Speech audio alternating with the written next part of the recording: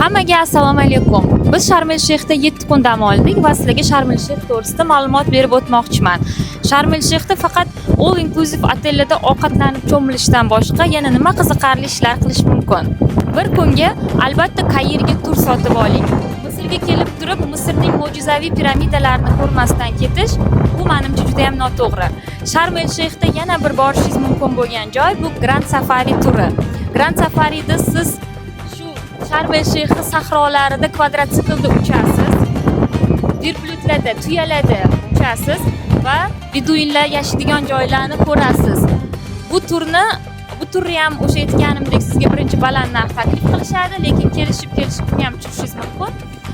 Biz 4 kishiga bu turni $80 dan oldik. Har birimizga alohida kvadrotsiklda berishdi. Yosh bolalaringiz ham hattoki kvadrotsiklda uchishi mumkin. Keyingi kuningizda albatta oppoq ostrovga olib boradigan turni sotib oling. Bu turning ichiga ikkita snorkeling kiradi. Mazza qilib mo'jizaviy suv osti dunyosini tomosha qilishingiz mumkin.